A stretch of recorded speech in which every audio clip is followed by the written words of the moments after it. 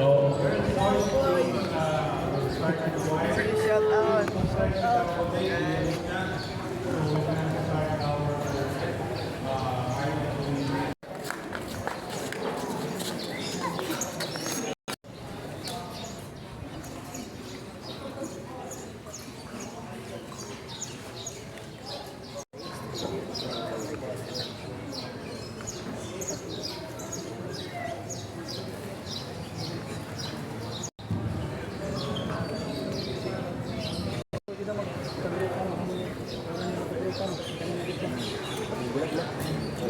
And arms forward para maayos natin yung ating mga distances.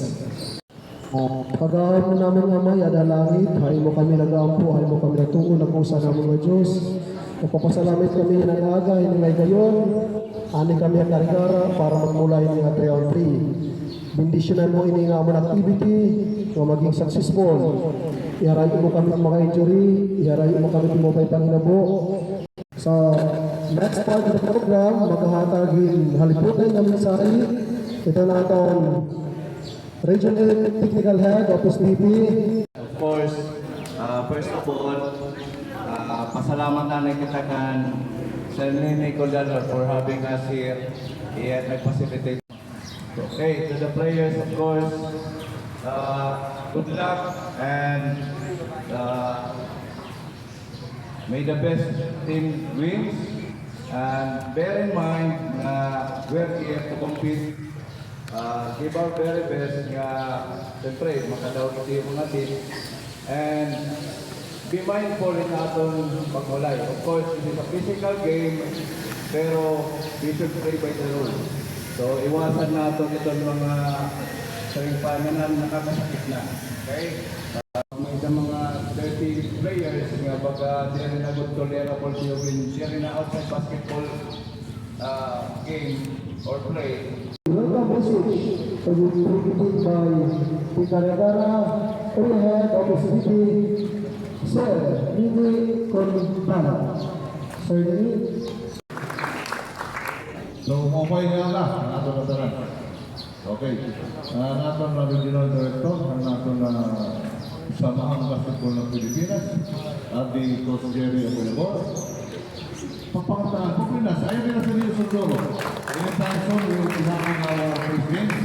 So, nato technical head ni Indian Coach Jerry Apoyabor, and members of the officiating group ng SVP, headed by Coach Caloy. At atong mga bisita coming from all over the region. Bisa harayo ang iyong gitangan. You will find time to visit our place in Karigara.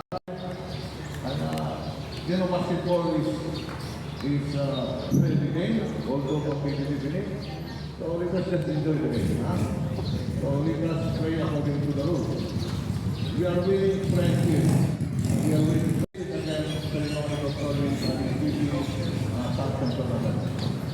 So good luck everyone. So let us enjoy the rest of the day and tomorrow is another day. Good luck to well.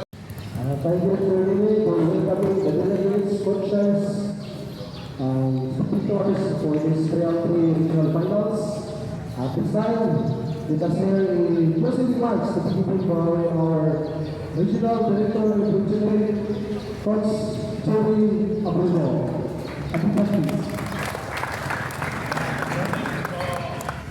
Boys and girls, I hope you're very excited. Again, we want to thank you, our host, Sir Nene. Sir, thank you for welcoming us again to Karigara. And we have one of the best venues, may seaside, mahangin, hindi rin masyado mainit. And most of all, for sure, if mulay niya, medyo mainit. Again, we will remind you that we are playmates here, we're on the same team. Hopefully, waray kita medyo makaaway-away niya, di ba? That the game of DHP is very physical, but it's not dirty. Again, bawal lang pikon, di ba? Sports lang. We're here to compete. And one of the highlights that we have is the champion team. The boys and girls will automatically represent the Eastern Visayas, the Zone 9, the Power Zone. In the pambansang tatluhan is second week of June. The next second week of June, you'll travel there by Friday, Saturday, and Sunday. So that's a once-in-a-lifetime experience again for the champion. Both boys and girls will fly there, all expense paid by our federation, Samahang Basketball ng Pilipinas. So we'll be bringing a lot of athletes na representing our Eastern Visayas. Wala pang kita nag-champion dito, but I'm very proud that most of the players play there when scouted by the team and eventually make a career out of it. So for all the players, this is not an opportunity because those memories will be part of your life. Ito ang mga memories, maganda iyo magiging kwento ay yung mga anak ko sa mga Manila, and then that's history. The rest is history, whether you will be recruited there, stay there, or go professional. But there's a lot of athletes na ang pambansang tatluhan na meron naging stepping stone. So to everybody here, you got that chance today. Diba? Make the most out of it, especially girls. We will do our best to make the girls finals this afternoon. Kaya may ganito mga players who will represent also the dalawang pambansa, and some teams may ganito po lang the coming Sunday. So hopefully, matapos tayo girls, may the champion. But the boys, you will see because of someone boys, we got 16 teams.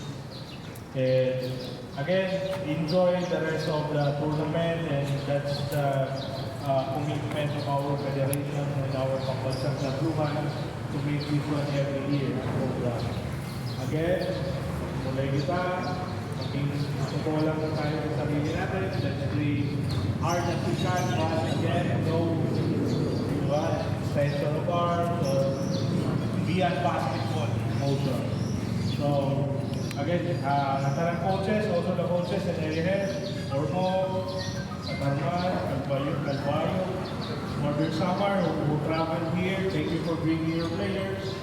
And mabuhay tayo lahat.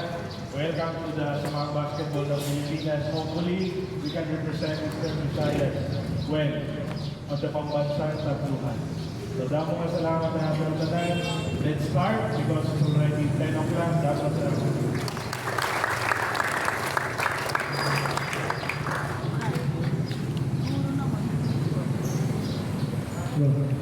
Thank you, Mr. So, please, congrats first. Hindi lang kita ngayon. Dito ako kita. Ako Hawaii ko. Makikita din ang mark. So, gusto lang kita din. So, first, revenue. Diba kung naka-SPV, all naka-SPV research is join us. Then the next picture, we also request our coaches